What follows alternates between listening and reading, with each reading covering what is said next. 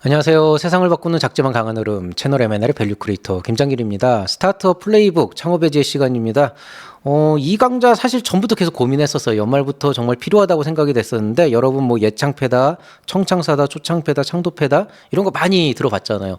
이제 몇 번 해보신 분들은 좀 이해를 잘 하고 계시겠지만은 의외로 한 번 이런 거 해보신 분들도 좀 잘 이해를 못 하시는 경우도 있고 또 이제 처음 해보시는 분들 뭐 기업을 이미 하고 있건 아니건 정부에서 하는 창업 지원 사업에 대해서 처음 이제 겪어보시는 분들은 이 프로그램의 본질에 대해서 좀 이해를 잘 못하고 계시고 되게 이렇게 궁금해하는 게 많으시더라고요. 좀 자잘한 것들. 근데 이런 게 이제 그 매뉴얼이나 이런 데 잘 안 나와 있는 데다가 저도 이제 워낙 오랫동안 하다 보니까 예전에 일문일답 같은 데서 많이 해봤었는데 그게 거의 한 3년 전 콘텐츠니까 좀 내용도 많이 달라졌고 또 다른 이제 유튜브 콘텐츠들을 봐도 그냥 여러분 돈 받을 수 있어요 뭐 이런 얘기만 하지 이게 어떤 거다 이런 얘기를 잘 안 해주잖아요. 그래서 오늘은 이 창업 지원 사업을 지원하기 전에 이게 도대체 뭐다 이걸 좀 제대로 이해할 수 있는 그런 시간을 한번 가져보겠습니다. 그럼 강의 시작하겠습니다. 자, 먼저 이제 오늘자 강의 목표입니다. 오늘 강의의 목표는 정부, 그 다음에 이제 지자체에서 시행하는 그런 창업 지원 사업에 대해서 제대로 이해를 하고 또 여러분의 사업에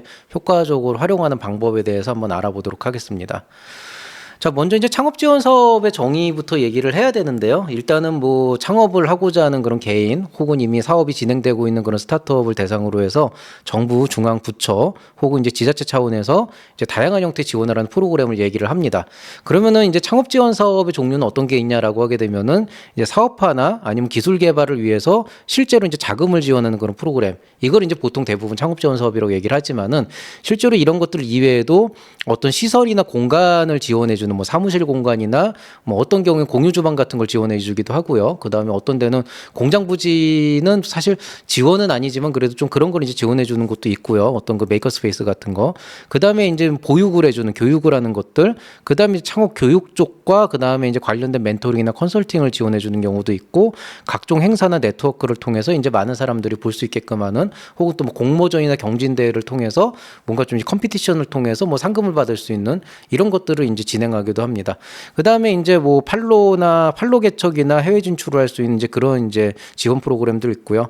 그 다음에 기본적으로 좀 융자를 내주는 융자 지원을 해주는 즉 담보가 없어도 기술이 좋거나 가지고 있는 게 많으면은 이제 조금 그 가지고 있는 그런 무형의 자산을 바탕으로 융자를 좀 해주는 그런 이제 프로그램도 있고요. 그 다음에 뭐 인력 양성이나 글로벌 진출을 지원해주는 그런 프로그램들이 있습니다. 근데 이제 보통 이제 이런 시설 공간이나 이런 융자 인력 글로벌 같은 경우에는 정말로 필요한 기업들이 있긴 있어요. 그래서 그런 분들한테는 확실히 도움이 되긴 하지만은 일반적으로 뭐 유튜브를 보러 오시는 분들 또 실제로 이제 제 채널에 오시는 분들뿐만이 아니고 다른 쪽에 오시는 분들 거의 대부분은 결국엔 이 자금 지원이 가장 핵심이죠. 왜냐하면은 아무래도 이제 기업을 하다 보면은 결국 돌고 돌아 돈이기 때문에 이 돈을 지원받는 게 굉장히 이제 미묘한 중요한 이슈이기도 하고요. 이제 크게는 이제 사업화나 R&D 쪽으로 이제 주로 관심을 갖고 오시는 분들이 있고 그 다음에 이제 이제 좀 길게 나가서 이제 투자 유치나 이런 쪽 관련돼서 관심 있는 분들은 또 다른 이제 채널이나 이런 데 좀 찾아가시기도 하죠.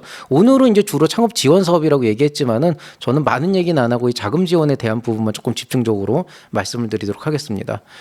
자, 그럼 이제 자금 지원을 하는 창업 지원 사업은 뭐냐? 사업화 R&D 프로그램은 뭐냐? 그러면 말 그대로 돈을 주는 거예요. 정말 돈을 줘요.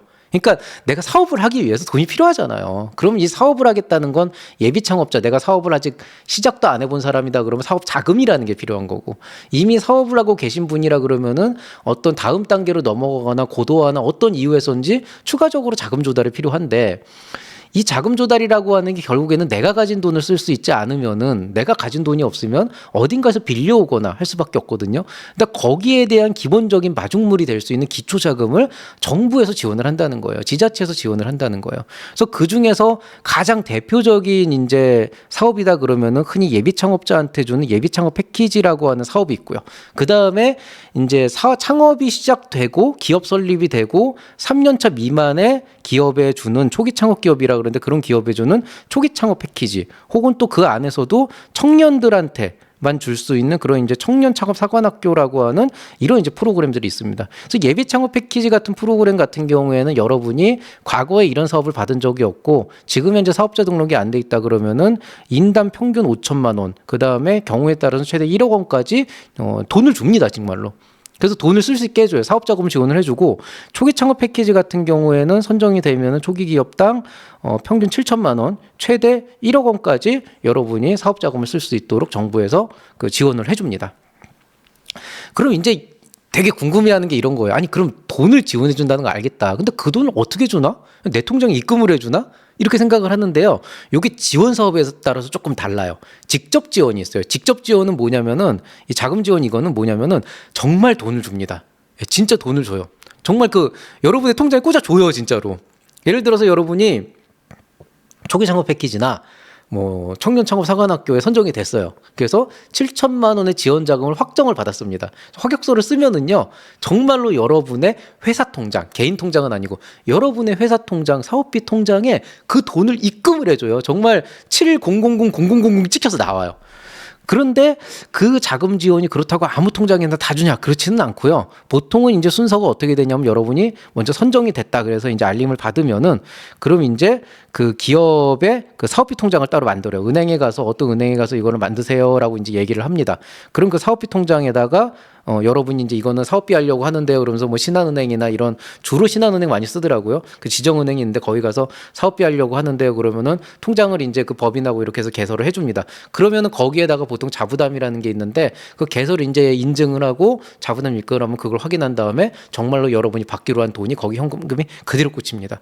근데 예비 창업자 같은 경우에는 아직 기업이 설립이 안 됐기 때문에 사업비 통장이 없잖아요. 그래서 어떤 프로그램들은 이렇게 사업비 통장을 만들어서 넣어주는 게 아니고 이 돈을 쓸 수 있는 권리를 주는 게 있어요. 이건 뭐냐면은 여러분이 예를 들어서 예비 창업 패키지에 선정이 됐고 5천만 원을 확약을 받았다. 5천만 원을 쓸 수 있다라고 하면은 5천만 원을 통장에 넣어주고 쓰게 하는 게 아니고 여러분이 그 5천만 원을 쓸 수 있는 신용카드를 받습니다. 체크카드인가? 그걸 받고요.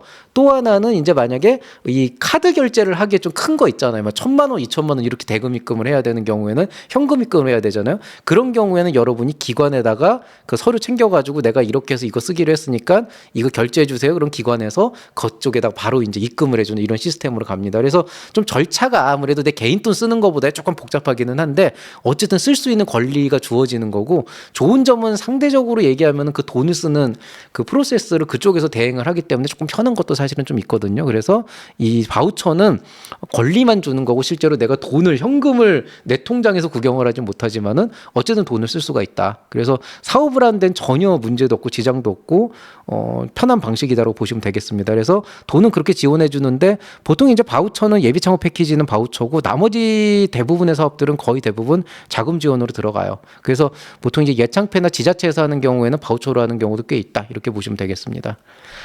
자, 대표적인 자금 지원 사업에 대해서 얘기를 드리자면은 지금 이제 여기 나와 있는 6개 정도가 여러분이 많이 듣는 거예요. 그리고 뭐 맨날 뭐 축약으로 많이 듣잖아요. 이번에 설명해 드릴게요.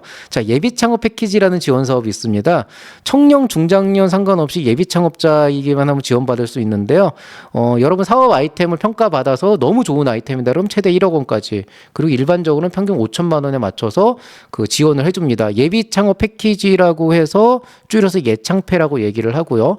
그 다음에 이건 아까 얘기했듯이 바우처 사업이기 때문에 현금을 주는 게 아니고 현금을 입금해 주는 게 아니고 그 돈을 쓸 수 있도록 카드나 아니면은 입금 신청을 할 수 있도록 권리를 줍니다. 자, 그 다음에 이제 사업이 시작이 되고 나면 여기 이제 예비 창업 제가 구분해 놨는데 예비 창업자는 사업자 없는 사람, 초기 창업은 설립하고 3년차 미만. 그러니까 뭐 2024년 1월에 설립했다 그러면은 2027년 12월 31일까지가 이제 3년차가 되겠죠.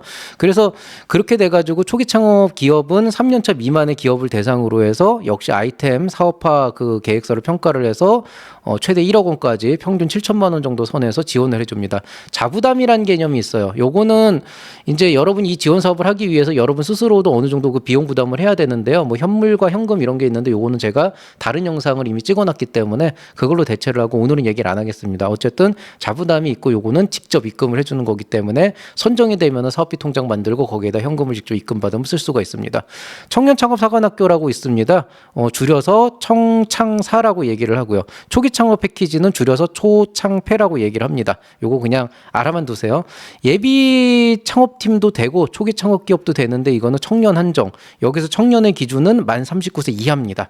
그래서 요 이제 기간이 있는데 그거 조금 이따 말씀드리고요. 어쨌든 청년에 한정돼서 낼 수 있는 거고요. 최대 1억 원까지 평균 7천만 원으로 해당이 되고 자부담금이 있습니다. 어떤 분이 여기에서 보면은 그럼 이거랑 이거 같은 거 아니냐 그러는데 실제로 운영하는 기관이 다르고 운영 방식이 좀 차이가 있지만은 프로그램 자체는 같은 거고요. 실제로 중기부 안에서 이 두 개는 같은 동급의 레벨로 봅니다. 그 얘기는 뭐냐? 이걸 받으면 이걸 못 받아요.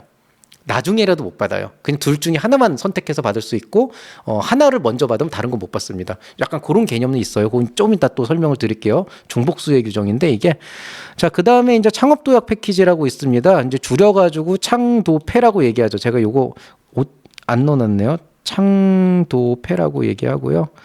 창업도약 기업을 이제 중점적으로 이제 지원을 하는데 창업도약 기업은 3년차 이후부터 7년차까지입니다. 그래서 실제로 사업을 해보시다 보면은 예비 창업 기업 단계에서 예창패를 받고 초기 창업 단계에서 뭐 1년차나 2년차쯤 됐을 때 초창패를 받으면은 그 3년차 넘어갈 때까지 1년이 비어요. 그 기간이 보통 데스밸리로 떨어지는 경우가 되게 많더라고요. 근데 어쨌든 창도패는 3년차 이상부터고 최대 3억 원까지 그다음에 평균 1.2억 원인데 요게 올해 바뀌었어요. 요거 1.3억 원으로 올랐습니다. 그래서 1.3억 원으로 평균 받을 수 있고 이것도 자부담이 이제 존재를 한다 보시면 되겠습니다.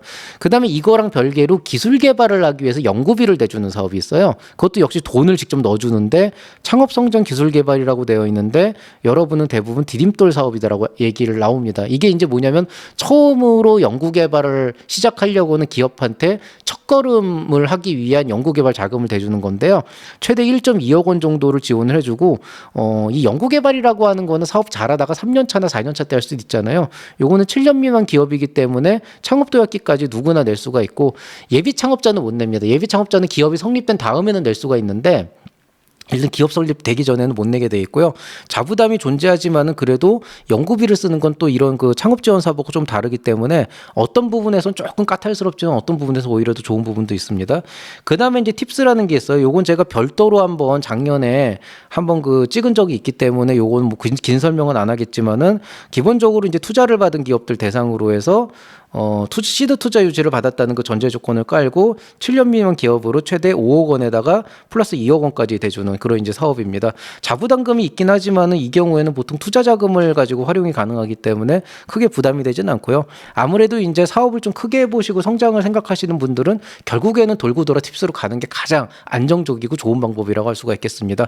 대충 이런 지원 사업들이 있다고 보시면 되겠고요. 만약에 여러분이 정말 나는 창업을 이제 시작한다 그러면은 요 뒤에 있는 거는 조금 나중에 생각하시고 그냥 요거 하나 예비 창업 패키지 하나만 그냥 생각하고 예창패 하나만 생각하시면 되고 만약에 이제 다른 여기 혹시라도 안 됐다 그러면은 다른 사업 중에서도 예창패에 관련된 예비 창업팀 지원 사업만 계속 생각하시면 됩니다. 분명 다른 데에서도 이런 그 돈을 주는 사업이 있어요.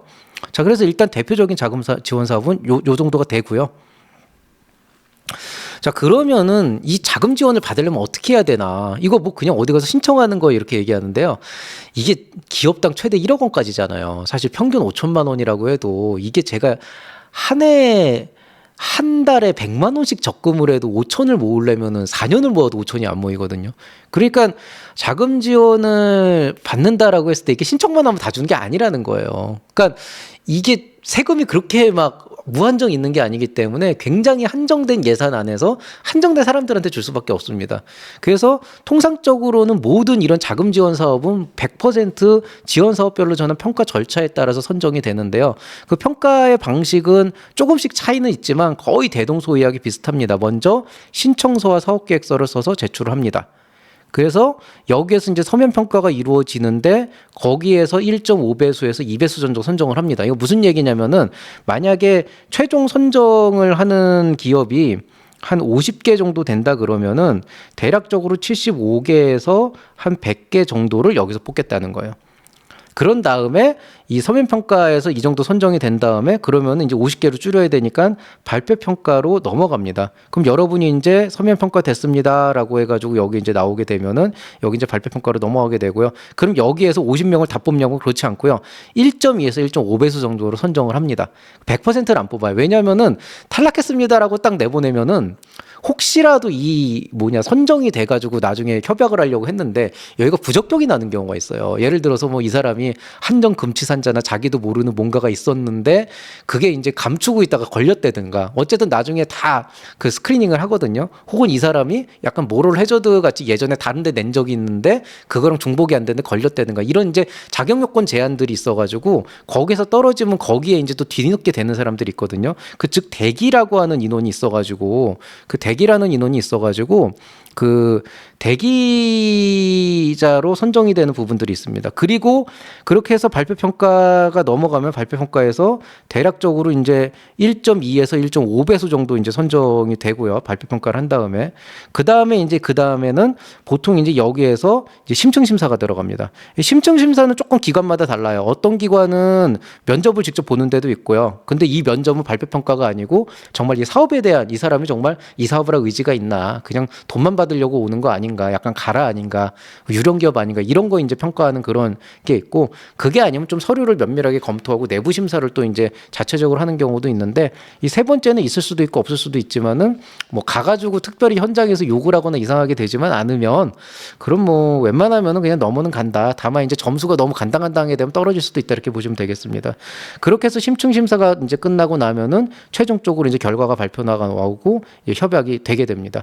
통상적으로 이 전체적인 프로세스가 한 평균 3개월 정도 걸려요. 그러니까 여러분이 뭐 2024년도 1월 달에 예창패가 떴다 그러면은 실제 협약은 한 4월 달쯤에 이루어져서 그때부터 이제 돈을 쓸 수 있는데 아무리 빨라도 2달 결과 나올 때까지 그 다음에 또 한 달 정도 뭐 교육받고 뭐하고 하다 보면은 보통 제대로 쓸 수 있는 게 한 넉 달째부터거든요. 그래서 좀 그 돈을 실제로 받는 데까지 시간이 걸리니까 자 그래서 뭐 우리 지금 자금 떨어지는데 초창배 될 때까지 기다려야 돼요. 그거는 4개월 동안 아무것도 안 하겠다는 소리랑 똑같은 거예요. 그래가지고 그런 이제 타임라인을 조금 고민을 해가지고 미리미리 좀 그 돈 들어오는 시점하고 맞춰가지고 좀 사업도 준비를 하시는 게 되게 중요합니다.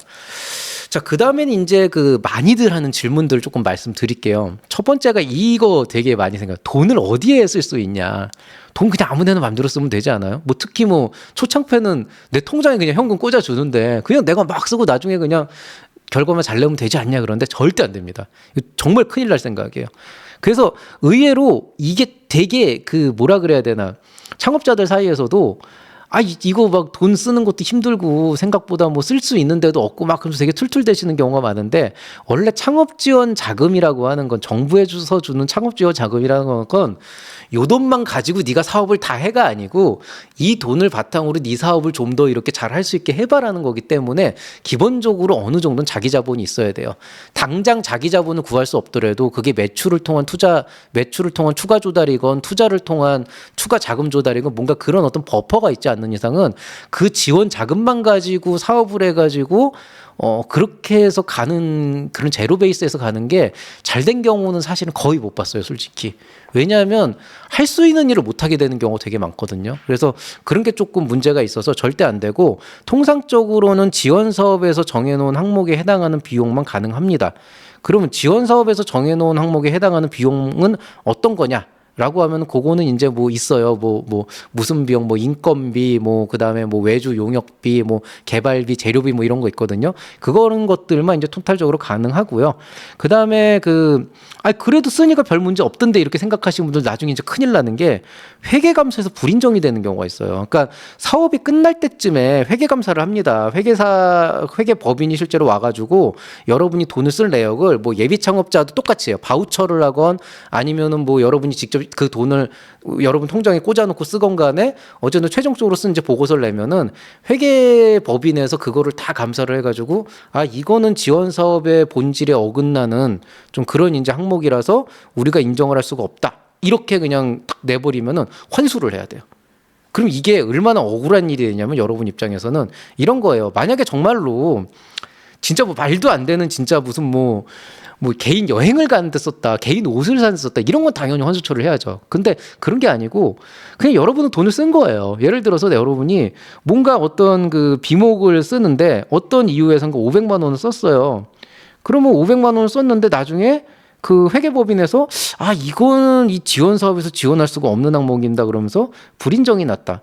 그러면 어떻게 되냐? 여러분이 예를 들어서 5천만 원을 배정을 받았으면은 그 중에서 500만 원을 이미 썼고 4,500만 원은 다른 데 썼잖아요. 근데 이 불인정한 먹이는 이게 환수가 된단 말이죠. 그럼 실제로 여러분 5천만 원 중에서 4,500만 쓰고 500만 원을 못 쓴 거잖아요. 그건 다시 뱉어내야 되는 거잖아요. 그걸로 끝이에요. 무슨 얘기냐면은 실제로 여러분 4,500만 원을 쓴 거고 500만 원 쓴 거는 수단과 방법을 가리지 말고 뱉어내야 됩니다. 여러분이 환수 우습게 하는데요. 이거는 여러분 환수는요. 환수 조치가 내려지면은요. 여러분 파산 신고해도 그건 여러분 개인이 내야 돼요. 예, 이거는 파산 신고한다고 뭐 정부에서 탕감해주고 이러는 개념이 아니에요. 이건 세금이기 때문에.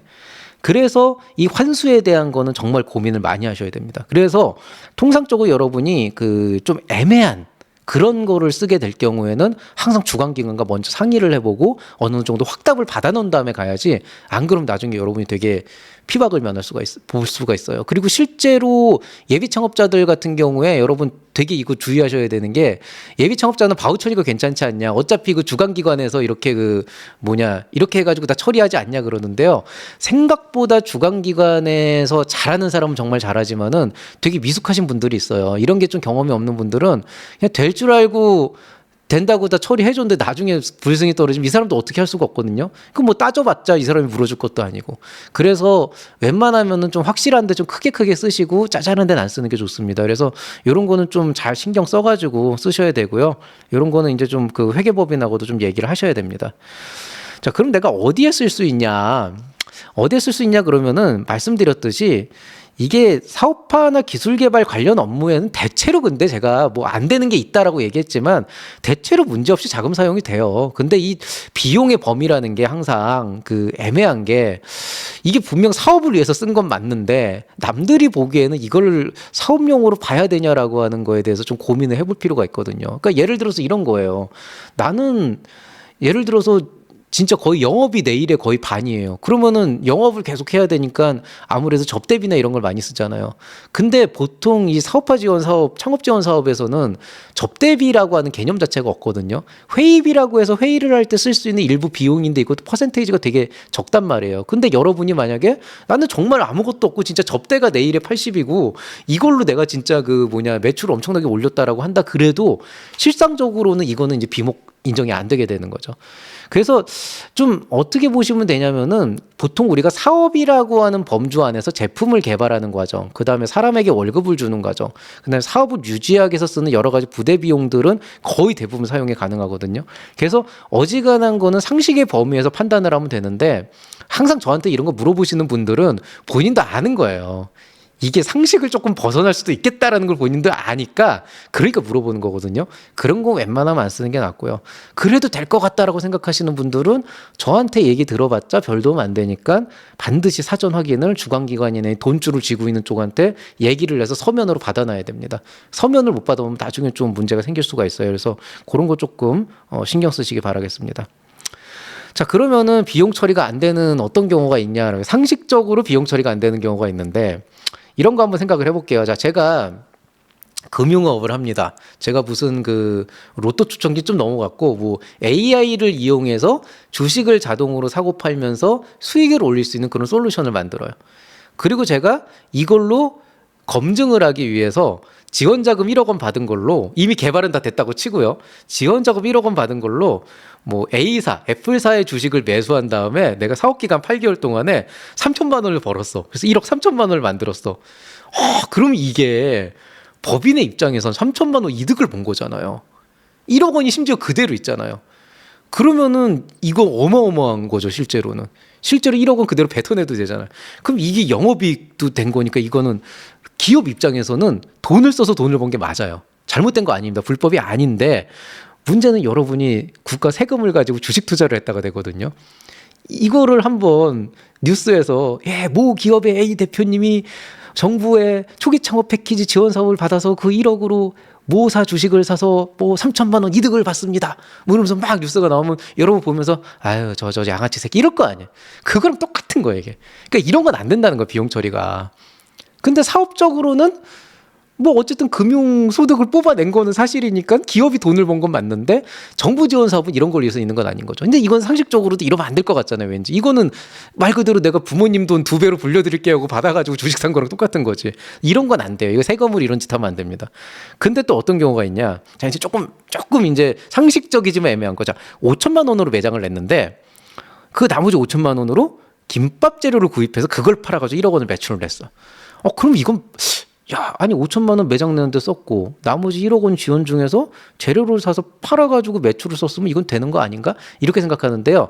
이게 어떤 논리로 안 되냐? 이건 제가 이게 맞다는 게 아니에요. 이런 논리예요. 쉽게 얘기해서 이거는 이렇게 하실 거면 5천만 원을 어차피 1억 원을 달성할 거였으면 5천만 원을 대출받아서 여러분 자금으로 해가지고 그렇게 돈을 버는 게 맞는 거지 그 준 돈을 사업 미천에서 그 장사 미천으로 쓰면 안 된다고요.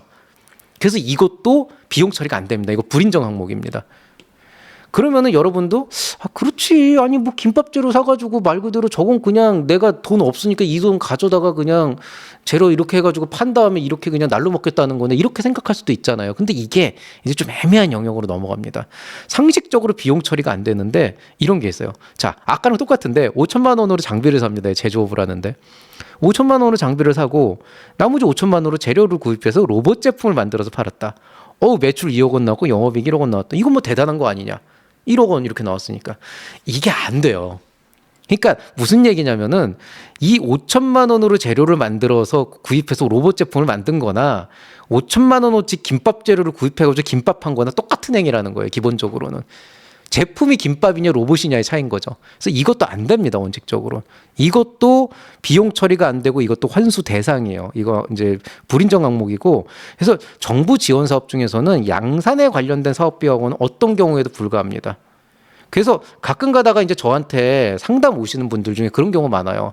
저는 이거 지원 사업 받으면 전 이걸로 재료 사가지고 만들어서 팔면 돼요. 그럼 바로 수익 낼 수 있어요. 그러는데요. 그게 안 돼요. 그게 안 되고 만약에 내가 지원 사업 받으면은 이걸로 장비를 사서 이 장비로 뭔가를 만들겠다. 그 장비는 살 수가 있다는 거죠. 그래서 어떤 제품 개발이나 어떤 그런 걸 위한 장비를 구입하는 거는 괜찮은데 약간 그 뭐라 그래야 되나 좀 이 규정이 되게 애매해요. 인테리어 같은 거 있잖아요. 그런 것도 허용이 안 됩니다. 약간. 그다음에 현금성 자산도 안 되고 그리고 이제 보통 지금 여기 나와 있는 것처럼 실제 판매를 하기 위해서 재료를 구입하는 거는 양산으로 보기 때문에 이것도 어떤 경우에도 불가하게 돼 있습니다. 그래서 요거로 이제 간혹 가다가 이제 회계법인에서 조금 좀 쎄하다 그러면은요 증빙 자료를 내라 그래요. 당신이 5천만 원씩이나 재료를 샀는데 결과 보고서를 보면은 이게 5천만 원짜리 재료가 된 것 같지가 않다. 그럼 나머지 재료 어떻게 돼 있냐? 뭐 재고로 돼 있다 그러면 그래도 대충 넘어가는데 실제로 제품 만들어서 판 매출에 여기 포함돼 있으면은 그건 뱉어내라고 얘기합니다. 그래서 양산 관련된 건 안 되니까 요거는 알고 계시면 되고요. 왜 안 되냐고 생각을 하시면 그 불만은 제가 이해가 되는데 그거 저한테 뭐 얘기하셔도 그건 도움이 안 됩니다. 이건 안 되는 걸로 되어 있어요. 자, 근데 안 될 것 같은데 가능한 사례가 있죠. 어떤 거냐? 자, 5천만 원으로 장비 구입을 합니다. 그 다음에 5천만 원은 마케팅으로 썼어요. 뭐 구글 뭐 이런 데다 막 배너하고 막 홍보하고 광고하고 막 영상 찍어서 막 홍보했습니다. 그리고 내가 5천만 원은 그냥 내가 따로 대출을 받아서 재료를 구입했다. 즉 재료 구입을 5천만 원 안 쓰고 장비하고 마케팅에만 쓰고 로봇 제품을 제작해서 팔았다. 이때는 그 뭐냐 어쨌든 로봇 제작을 제작해서 파는 이 행위가 이게 양산인데 이 양산은 여러분의 자금으로 썼잖아요. 대출을 받건 자체 자금을 하건 이건 인정이 됩니다. 이건 인정이 돼요. 네, 이건 인정이 돼요. 그래서 그럼 이건 왜 인정이 되냐? 왜냐하면은 설사 이 장비 자체가 양산에 활용이 됐다고 하더라도 이 로봇 제품을 제작해서 가는 데까지 그 제품의 양산까지 소요되는 그 어떤 그 연구 개발 있잖아요. 그거는 분명히 사업을 하는 과정이라고 볼 수가 있고 그 사업화라는 과정에서 지원을 하는 사업화 지원금이기 때문에 요거는 허용이 되는 거고 단 제품을 제작해서 팔 때는 여러분 스스로의 그 대출을 바탕으로 해서 그 자금을 가지고 했다라고 해서 이 지원 자금과 무관하다고 전제 조건에 깔리고 대신 나머지 돈을 마케팅에 썼다 그러면은 이게 되는 거예요. 근데 만약에 여러분이 5천만 원으로 장비를 사고 그 사업비 통장에 있는 그 5천만 원을 가지고 재료를 구입하고 여러분이 대출을 받아서 마케팅에 썼다 거꾸로 돌렸다 그러면 그건 또 안 돼요. 그러니까 이런 개념의 차이가 있어요. 그래서 여러분이 생각하는 것만큼 이렇게 그 사업화 지원금 가지고 내 사업을 아름답게 꾸미는 게 그렇게 녹록한 건 아니다. 그래서 요 뉘앙스의 차이를 좀 아시고 그리고 이제 사업을 좀 준비를 하시면 되고요. 그래서 예전에 어떤 분 보면은 나 식당 할 건데 이 돈 받아가지고 그 인테리어 딱 하고 장비 딱 꾸미고 재료 딱 싸가지고 팔기 시작하면은 앱 하나 만들고 팔기 시작하면 된다. 이렇게 생각해 거기다 쫙 넣어주는데요. 식당 인테리어 안 되고요. 설비 구입은 가능하지만 나머지 다 안 되는 겁니다. 그런데 이제 그거에 대한 그 인지를 못 하세요. 제가 안 된다 그러니까 네가 뭘 알아 그러면서 뭐 누군 했대던데 이렇게 생각하시는데 큰일 납니다, 그거. 예. 뭐 근데 그래도 해보시고 싶으면 나중에 환수 대상이라는 것만 알고 해보세요. 뭐 제가 그거를 뭐라고 할 수는 없고요. 근데 이제 뭔가 좀 애매한 게 있죠. 어떤 게 있냐면 내 로봇 제품을 개발을 했어요. 개발을 했는데 내가 이래서 그 장비나 부품 같은 걸 구매를 했는데 개발이 다 완료되고 지원 사업이 끝났는데 재고가 남았단 말이죠. 볼트도 좀 남고 뭣도 남아서 그걸 내가 나중에 제품 생산에 활용을 좀 하면 안 될까? 이거 좀 애매한데 요건 제가 좀 말을 아끼겠습니다. 근데 이건 각자 알아서 판단을 하세요. 다만 이제 보통 이런 게 문제가 되는 경우는 나중에 어떤 식으로든 누군가가 고발을 하거나 민원 조치가 들어가가지고 사실은 이 부품 같은 경우에는 남았다 그래도 막 과도하게 한 이만큼 쟁여놓은 게 아니면은 한두 개 남은 거장 지금 문제를 삼진 않거든요. 근데 의도적으로 내가 뭐 그냥 부품을 진짜 한 1톤 정도 주문했는데 그 중에서 한 1톤은 좀 심했나 어쨌든 100kg 정도만 쓰고 900kg를 나중에 쟁여놨다 이렇게 하면은 그거는 의도가 너무 분명하잖아요. 그래서 의도를 했냐 안 했냐를 바탕으로 보통 판단을 해야 되는데 이게 좀 애매해요. 그래가지고 요거에 대한 거는 제가 된다 안 된다를 결정할 수는 없고 그 웬만한 분들 이런 짓은 하지 않는 게 좋아요. 예, 그래서 너무 잔머리를 굴리는 게 안 좋은 게 이거 그 평가하거나 이런 거 하는 사람들이 하루 이틀 이거 해본 것도 아니고 거의 다 이거 딱 보면 보이거든요.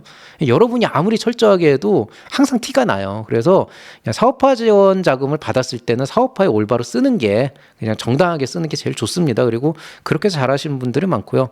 그다음 이제 또 하나가 이제 내가 5천만 원이 적으니까 2개, 3개 받으면 안 되냐. 예를 들어서 내가 예창패에 뭐 아이템 2개 받을 수 없냐. 막 이런 분들이 있는데 이 중복 수혜 금지라고 하는 게 있습니다. 그래서 같은 걸 여러 번 받을 수 없는데요. 일단 첫 번째, 예창패구 모구 나발이구 간에 동시에 2개를 받을 수 있냐? 안 됩니다.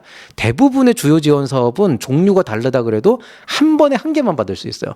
예를 들어서 여러분이 예비 창업 패키지를 지원을 받고 있다 그러면 예비 창업 패키지와 동급으로 있는 에코 스타트업 예비 창업 패키지나 다른 여러 가지 지원 사업은 받을 수가 없습니다. 그리고 이게 되게 재밌는 게 이런 게 있어요. 주요 지원 사업 중에 하나가 뭐 예를 들어 제가 예비 창업 패키지를 받는데 내 경기도에서도 무슨 사업을 받아요.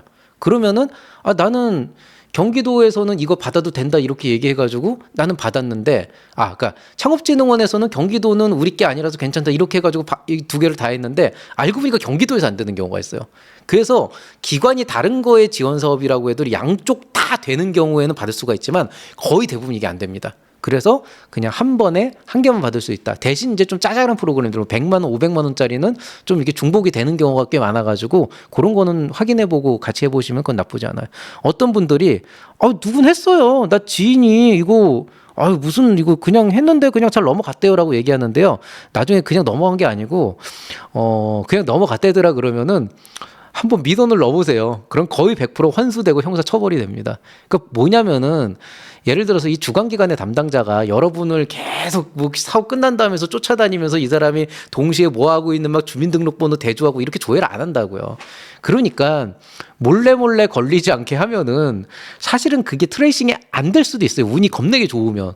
근데 요즘에는 어지간하면 다 전산으로 다 이제 좀 저희가 되기 때문에 보통 이제 중복수혜를 받았을 때 그게 나중에 이제 걸리는 경우가 있거든요. 근데 제가 주변에 봤어요. 처음에 당장에 문제가 안 됐는데 한 몇 개월 지난 다음에 누가 이제 민원을 넣어가지고 사업비가 환수가 되고 실제로 이제 형사고소까지 당한 사례가 있었습니다. 그래서 그런 사례가 한 4-5번 제가 봤었는데 주변에서도 받고 했었는데요.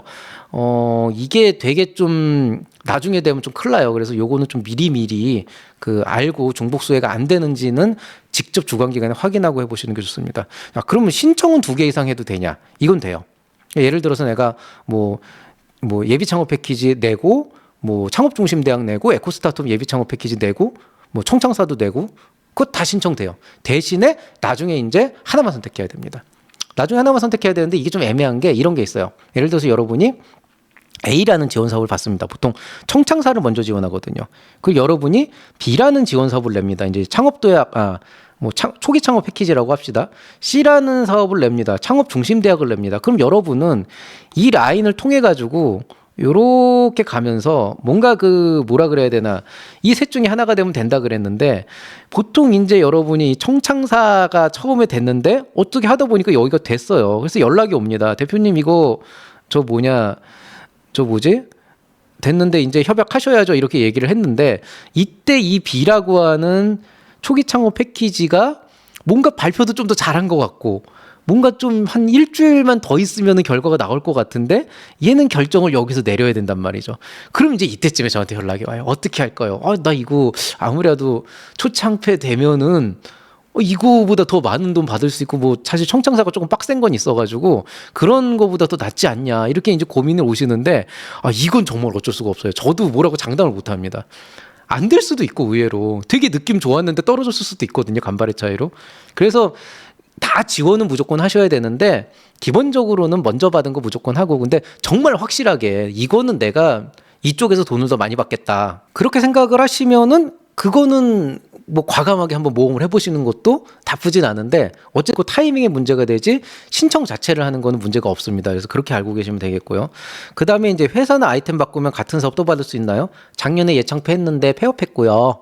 내년에 다시 예창패 받을 수 있을까요? 그건 안 됩니다. 제가 작년에 법인 냈는데 초창패 받았는데 폐업했고 개인으로 다시 시작하는데 개인 사업자로 초창패 될까요? 안 됩니다. 근데 좀 특이한 경우는 있어요. 그러니까 이게 왜 그러냐면 대표자 기준으로 1인당 1회만 가능해요. 그래서 여러분이 그런 건 있어요. 여러분이 가끔 이 동업의 개념을 좀 헷갈리시는데, 이런 분들이 있어요.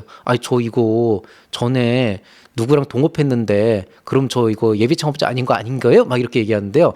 여기서 동업의 개념은 서류상으로 홈택스에 사업자 등록 중에 대표 이름이 명시가 돼 있으면 그게 동업입니다. 공동대표로. 근데 어떤 경우가 거의 대부분이냐면은 대표는 보통 따로 있고 본인은 공동대표라고 하지만은 실제로는 대표자 이름이 안 들어간 거 있거든요. 그 공동대표 아닌 거예요. 여러분이 착각을 한 거예요. 여러분은 동업이라고 생각하지만 사실은 여러분 대표였던 적이 한 번도 없는 거죠. 그런 경우에는 지원 사업 낼 수 있고요. 근데 이제 어쨌든 1인당 1회만 가능한 겁니다. 근데 어떤 경우가 있냐면 반대의 경우도 있겠죠. 아니 난 누가 이름 빌려달라고 해서 나 이거 지분도 나 안 갖고, 나 대표이사 이름만 걸어놓고 이 사람이 지분 100% 갖고 다 했다 사업, 나 이거 했다 나왔는데 그럼 나는 이거 예비 창업자 안 되는 거냐, 이렇게 얘기하시는데 그건 안 돼요. 그러니까 서류상으로 여러분이 대표인 적이 있냐 없냐를 가지고 예비 창업 최애 최초냐 예비 창업자냐 이거 여부를 따지는데, 예를 들어서 신청자 기준으로 해서 여러분이 설사 어떤 회사에서 공동대표의 업무를 맡고 있다고 해도 서류상으로 여러분이 대표가 아니면은 여러분 예창패나 초창패 지원 가능합니다. 예창패도 돼요, 실제로. 여러분이 기업 대표가 아니기 때문에. 직장인도 되는 거랑 똑같습니다. 그래서 그렇게 되고, 만약에 여러분이 나 대표로 있을 때 아까 얘기했던 것처럼 누가 이름만 빌려주고 이 사람이 지분 가지고 다 했는데 이 사람이 초창패까지 예창패 초창패 다 내 이름으로 받고 했는데 나는 한 거 없으니까 안 되는 거, 그건 안 돼요. 그래서 그런 식으로 기준을 좀 보시면 됩니다. 그래서 이름 함부로 빌려주는 거 아닙니다. 늘 얘기하지만. 그래서 예전에 실제로 그런 경우 있었어요. 저희 아는 제자 중에 하나가 옛날에 이제 부모님이 자기 이름 빌려가지고 사업한 경우 있거든요. 그런 경우에 이게 조금 문제가 되는 경우가 있더라고요. 그래서 그런 거 알고 계시면 되고요. 되게 특이한 케이스가 뭐가 있냐면은, 요거 이제 흔한 경우는 아닌데, A사의 대표님께서 사업을 하시면서 어쩌다 보니까 초기 창업 패키지를 받은 거예요. 근데 이분은 사업을 할 때 맨바닥에서 시작을 했기 때문에 예창패는 받은 적이 없어. 이렇게 해가지고 진행을 했는데 하다 보니까 이게 조금 안 돼가지고 이제 폐업을 했단 말이죠. 그러면 이분 같은 경우에는 나 이제 사업하고 폐업했으니까 재도전을 해야 되나 그러는데, 이분은 예창패를 한 적이 없기 때문에 이분은 예창패가 됩니다. 대신에 이거 이후에 초창패는 지원이 안 돼요. 청창사도 지원이 안 돼요. 그러니까 이 개인의 이력이 되게 중요해요. 그래서 이런 개념으로 이해를 하시면 되겠습니다. 동시에 두 개를 받을 수 있는 창업 지원 사업이 있냐? 아까 얘기했듯이 짜잘한 것들 몇 개를 받는 거는 보통 가능한데, 그런 거 아닌 경우에 보통 최소 1,000만 원 이상은 중복수혜가 안 되는 경우가 되게 많고요. 다만 조금 특이하게 사업화 지원이라고 해서 우리가 흔히 예창패, 초창패, 청창사, 창도패라고 하는 계열과 그 다음에 굉장히 특이하게 R&D 지원 사업, 디딤돌 사업 같은 경우는 두 개를 별개의 사업으로 보기 때문에 이 경우에는 가능합니다. 그래서 보통 이제 예비 창업 기업은 디딤돌을 받기가 좀 쉽지가 않은 경우가 많아서 예비 창업 패키지하고 그 다음에 만약에 초창패 들어갔다 그러면 그때 디딤돌 신청해서 같이 받는 거는 가능합니다. 그거 하나가 좀 가능하고요. 근데 만약에 여러분 이제 팁스가 넘어갔다. 여러분이 아니 나는 팁스 했다. 이렇게 이제 얘기를 하게 되면은 팁스 같은 경우에는 요거 다 안 되고 팁스만 할 수 있어요. 2년 동안 팁스만 할 수 있습니다. 그래서 그런 거 알고 계시면 되겠습니다. 자, 그 다음에 이제 자주 묻는 질문 몇 개만 말씀드릴게요. 예창패 아이템하고 똑같은 걸로 초창패 청창사 내도 되나요? 똑같은 아이템 결격사유 아닙니다. 낼 수 있습니다. 신청해도 전혀 상관없는데 평가가 이제 어떻게 될 거냐? 요거는 이제 제가 장담 못합니다. 근데 아이템이 같다고 평가를 잘못하진 않아요. 왜냐하면 뭐 그런 뭐 지원서문 낼 때마다 아이템을 바꿔야 되는 건 아니잖아요. 근데 이제 어떤 경우가 있냐면은 예비 창업 패키지 때 사업계획서 그대로 해가지고 청창사 때 조금 바꿔가지고 내는 경우 있는데 그게 딱히 문제는 안 되는데 요즘에 표절 분석 프로그램으로 돌리거든요. 찾아내서 유사도가 나오면은 이걸 보고 판단을 해라라고 하는데 이게 약간 조금 논란의 여지가 있는 게 아니 내가 내 사업을 몇 년 동안 하는 사업을 한 번 이렇게 집대성해서 냈으면 이게 앞으로도 계속 이어지는 거 아니냐라는 관점에서 보면은 억울할 수도 있겠다라는 생각은 드는데요. 근데 한편으로 생각해 보면 사업을 1년 정도 했으면 거의 대부분 99.9%는 뭔가 달라져도 달라져야 되거든요. 시장이 달라지고 내가 봤던 것과 관점이 달라지고 뭔가가 달라지기 때문에 실질적으로는 뭔가 내용이 달라질 수밖에 없어요. 예. 근데 그거를 전혀 다르지 않고 기존에 있는 거 거의 그대로 재탕을 해서 냈다는 거는 이건 약간 뭐를 해줘도는 아닌데 성의 부족의 얘기라서 평가가 잘 안 나올 가능성이 되게 높죠. 근데 결격 사유는 아니에요. 제가 지금 받는 지원 사업하고 묘하게 겹친다. 그러니까 뭐 어떤 데서 지금 현재 뭐 예를 들어서 내가 예창패가 아직 안 끝났는데 갑자기 무슨 지원 사업이 떴는데 이게 예창패랑 중복이 안 된다는데 그렇게 될까라고 하는데 대체로 그런 경우에 이렇게 막 반년 이상 겹치지 않고 보통 한 3개월 정도 기준으로 봤을 때는 주관기관에 물어보는 게 제일 좋긴 한데 대체로 가능한 경우가 많습니다. 그래서 그거는 주관기관하고 문의를 해봐서 확인을 해보시는 게 좋고요. 처음부터 그냥 안 된다 이렇게 생각하실 필요는 없어요. 다른 사람하고 내가 사업이 비슷합니다. 그 사람 사업 계획서 있는데 똑같은 거 내도 되나요? 이건 도덕적 해이, 모럴 해저드의 영역이에요. 저는 개인적으로 이런 사람 진짜 싫어해요. 그런데 어쨌든 이것도 요즘에는 표절 검사 프로그램을 찾아냅니다. 그러니까 내 거를 내가 재탕하는 거는 얘기했듯이 성의의 문제지만은 남의 거를 내가 가져와서 그대로 쓴다. 그건 그럴 거면 뭐 그냥 뭐 사업을 왜 해요? 그거는 내 사업도 아니란 얘기. 남의 사업한 그냥 그대로 한다는 얘기인데. 그래서 그거는 저는 뭐 본인의 선택이지만 전 되게 싫어하는 그런 이제 영역이긴 합니다. 근데 어쨌든 그것도 표절 검사 프로그램을 찾아내요. 찾아내고 안 된다라기보다는 평가에 반영을 합니다. 그래서 그것도 알고 계시면 되겠고요. 그다음에 요식업이나 유통업이나 이런 걸로도 지원받을 수 있나요? 이 질문이 네이버 톡톡으로 엄청나게 들어왔죠. 근데 받을 수 있어요. 받을 수 있는데 무슨 얘기냐면 신청 자격 미달이 아니라는 거예요. 근데 이건 평가나 다른 얘기예요. 여러분이 식당 하고 있는데 옆에 매장 하나 더 내려고 돈 주세요 하면은 과연 이게 초기 창업 패키지라고 하는 지원 사업의 본질이 맞냐 그러면 이거는 사업화가 아니고 사업 확장에 대한 얘기이기 때문에 약간 개념 자체가 달라요. 다만 이제 똑같이 요식업, 유통업 뭐 무슨 그런 이제 기타 약간 언뜻 들어도 첨단 기술은 아니다라고 생각을 하더라도 뭔가 이게 좀 더 기존에 있는 시장을 바꾸고 어떤 혁신까지는 아니지만 변화를 주도할 수 있고 어떤 경제적 가치를 창출할 수 있는 어떤 그런 게 있다 그러면은 분명 그것도 선정이 될 수 있습니다. 그래서 그렇게 선정된 사례는 분명히 있기 때문에 처음부터 무턱대고 안 된다 이렇게 생각하실 필요는 없고 그냥 그렇게만 알고 계시면 되겠습니다. 그다음에 이거는 그냥 여담인데 이제 청창사하고 예창패 초창패를 기준으로 해서 뭐가 더 좋냐 이거 많이 물어봐요. 근데 이게 왜 그러냐면 항상 청창사가 먼저 뜨고 얘가 그 다음에 뜨다 보니까 또 두 개가 사업계획서 서식이 지금 다르거든요. 그러다 보니까 이게 내가 청창사를 꼭 내야 되나 이게 뭐 어렵다 그러던데 이렇게 생각을 하는데요. 예비 창업자는 예창패를 하는 게 좋아요. 왜냐하면은 청창사의 자격 요건이 된다고 하더라도 아무래도 좀 이제 청창사라고 하는 것 자체가 초창패랑 거의 동급인 프로그램이기 때문에 들어가는 그 경쟁률 자체도 굉장히 높은 편이고요. 그러니까 선정되기도 되게 빡세고 상대적으로 이제 좀 차등 지원이라고 하는 즉 평균을 맞추기 위해서 누군 덜 받고 누군 덜 받고 하는데 덜 받을 가능성이 되게 높을 가능성이 있다는 거죠. 그래서 그런 부분들이 하나가 있고요. 그다음에 또 하나는 그 청창사가 좀 빡센 부분도 있고, 또 하나는 이제 그 이미 그렇게 해서 청창사를 받아서 기업을 시작을 하면은 예비 창업 패키지를 안 받고 그냥 넘어가는 거잖아요. 그리고 초기 창업 패키지를 다음에 받을 수는 없어요. 아까 얘기한 중복소액 규정 때문에.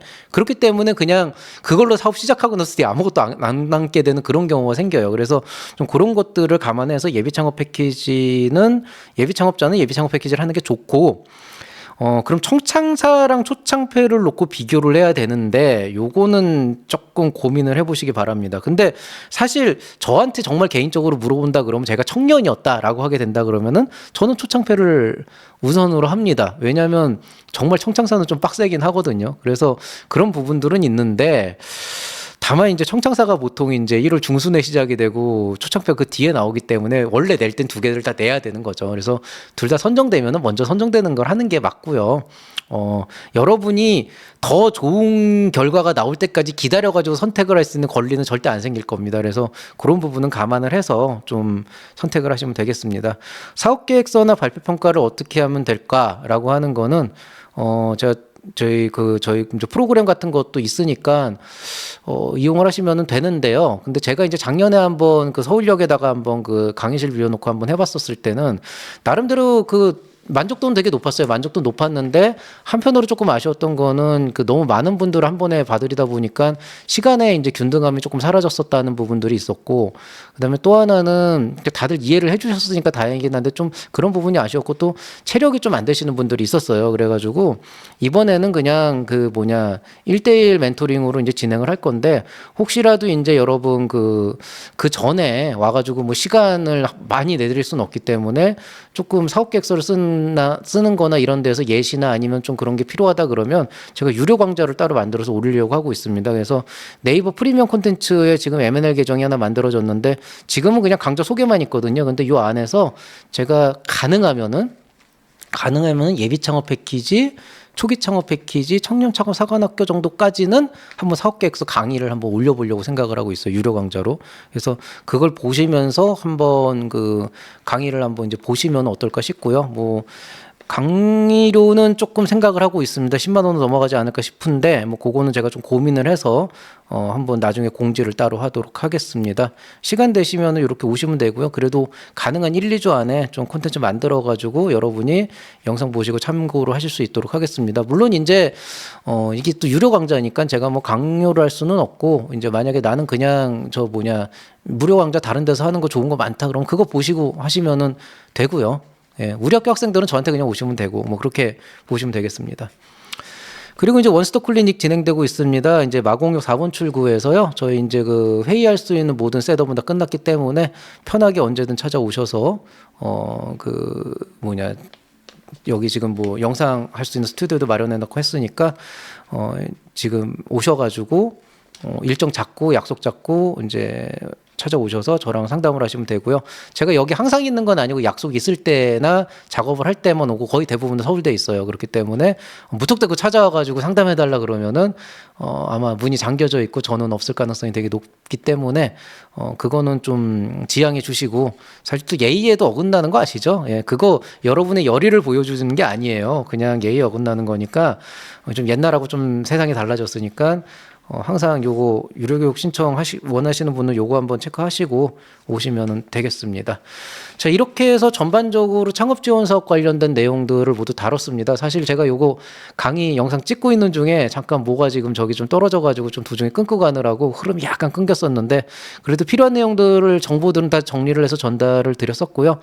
요 내용 바탕으로 해서 여러분이 잘 생각을 해서 앞으로 이제 창업 지원 사업 준비하시는데 활용하시면 좋겠습니다. 일단 전반적인 가이드라인이 이 정도 되고, 이제 본 지원 사업 떴을 때쯤에 한번 그걸 바탕으로 해서 샘플하고 같이 한번 유료 강좌를 올려보도록 하겠습니다. 자, 이상으로 강의를 마치겠습니다. 모두들 늦게까지 수고 많이 하셨고요. 평안한 하루 보내시기 바라겠습니다. 늘 건강 조심하시고 또 창업 지원 사업도 잘 준비하셔서 좋은 결과 있기를 바라겠습니다. 이상 채널 M&L 밸류 크리에이터 김장기였습니다. 여러분 사랑합니다.